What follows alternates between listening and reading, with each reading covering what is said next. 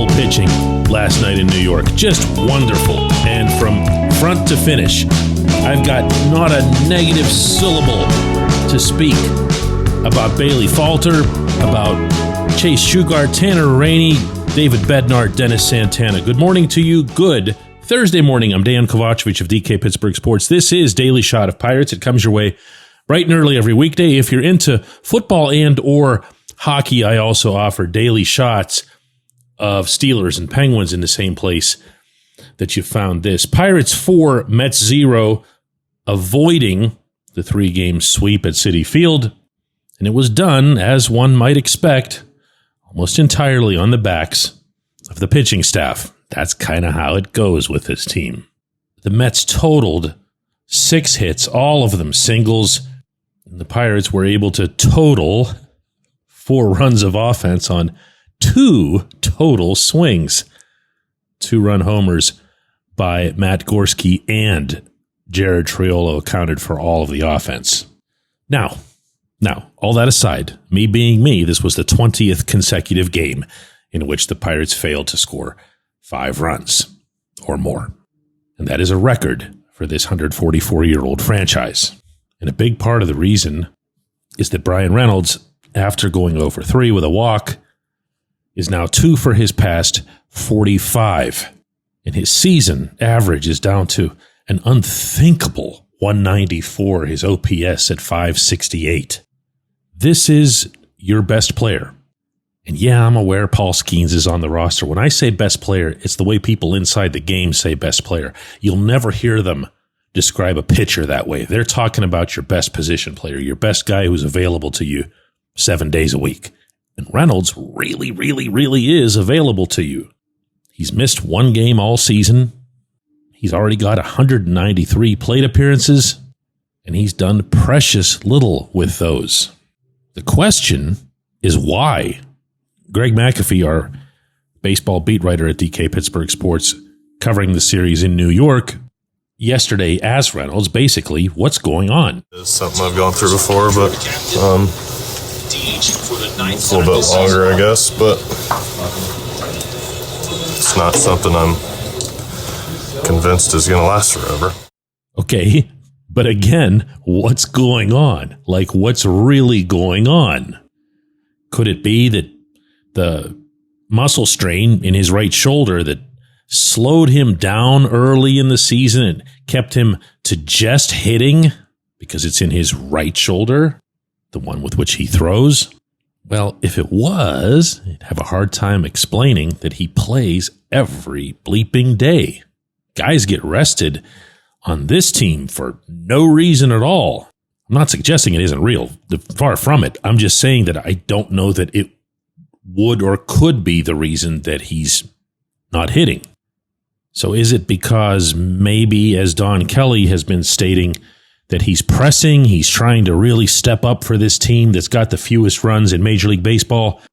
Okay, but there aren't really strong statistical indications that he's flailing outside the zone. We've seen him do that a couple times in his career, but never all that much, and not seeing it here either. He's either seeing too many strikes, just watching them go by, but this is my own estimation, or he's swinging right through them, or most often he's rolling over them.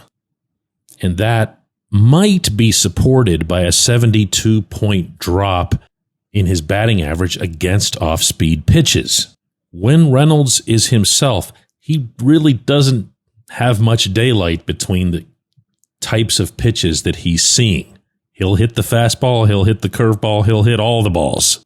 Now, it's easy for me to say, go ahead and give him some time off or whatever, but they're about to go into Philadelphia. The Phillies are going to score a lot of runs, and you're going to need at least some runs to compete in that series.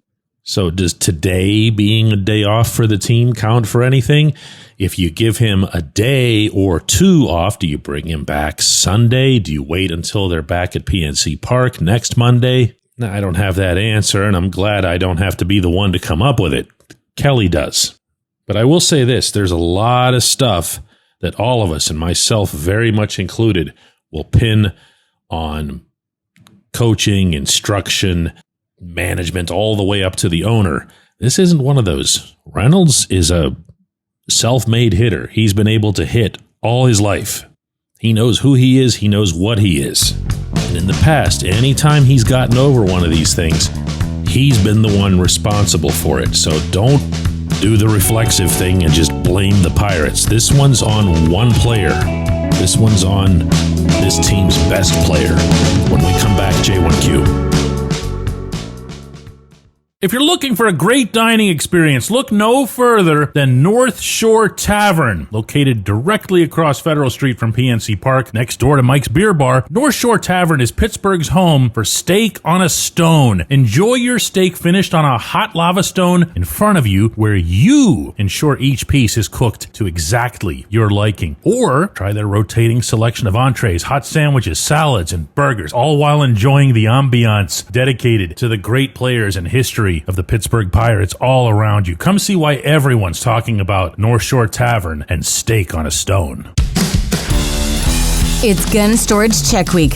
Help prevent unwanted access to your firearms. No one wants their unsecured gun to be used in an accident, a suicide, or a crime. Use lockboxes, safes, and locks to secure your firearms. Learn more at gunstoragecheck.org. That's gunstoragecheck.org. Brought to you by NSSF, the Firearm Industry Trade Association.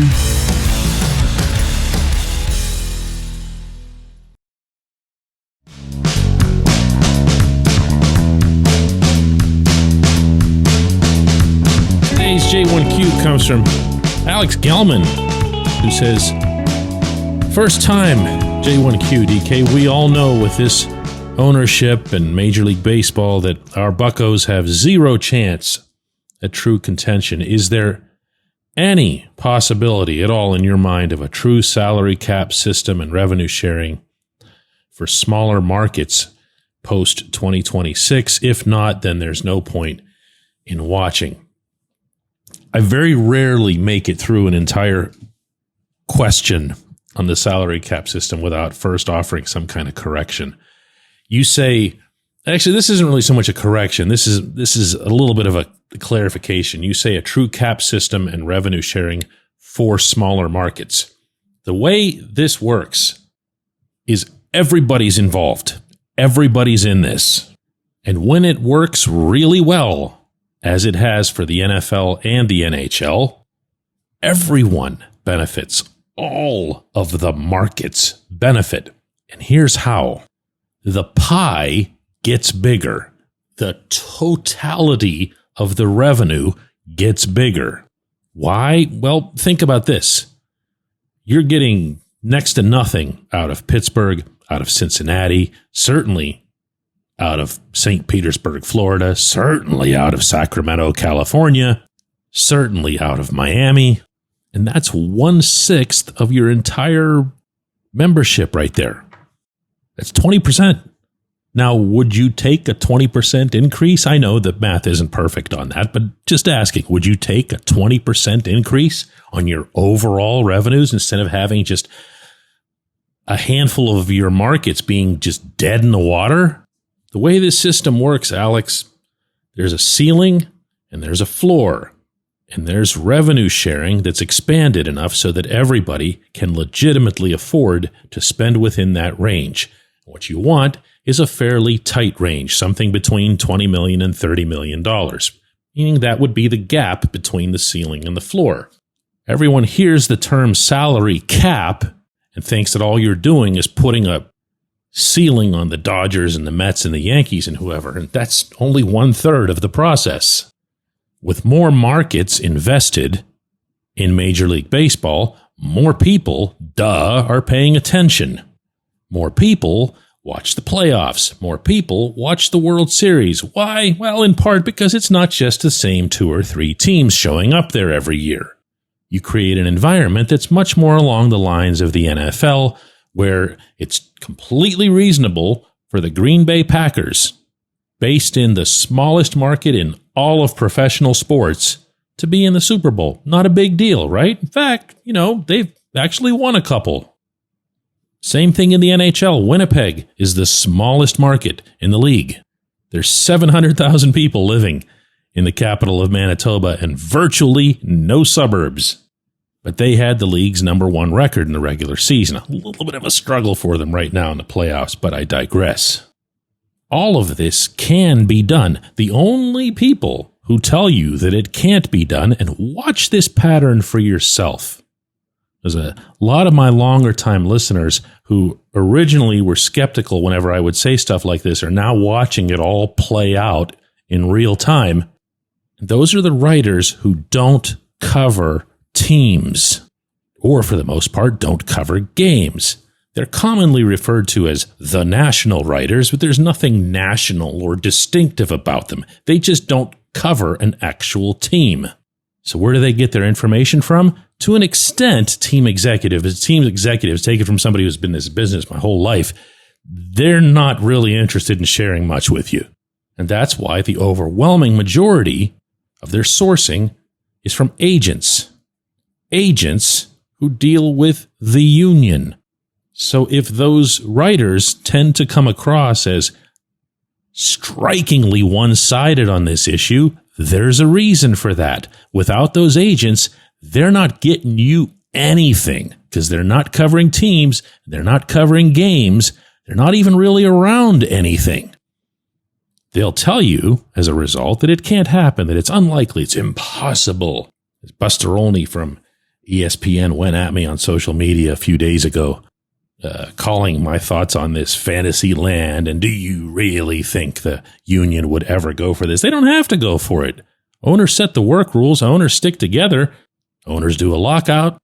Players realize they don't have any choice. They can threaten. They can get lawyers involved. They can try to get legislation involved. None of it's going to work if the owners stick together. Can it happen? I mean, literally, Alex, every other league has this. There's nothing, as I barked back at Olney, that makes Major League Baseball or the sport of baseball special. Nothing. Oh, baseball people really hate when you say that, but it's true. There's nothing about baseball where you say, well, this system really wouldn't align with baseball, or that's just never how it's been in baseball. Who cares? Who cares? There's a reason all of the other leagues do this. I appreciate the question. I appreciate everybody listening to Daily Shot of Pirates. We're going to do another one of these tomorrow, and I'll be in Philadelphia to cover the Pirates weekend series out there.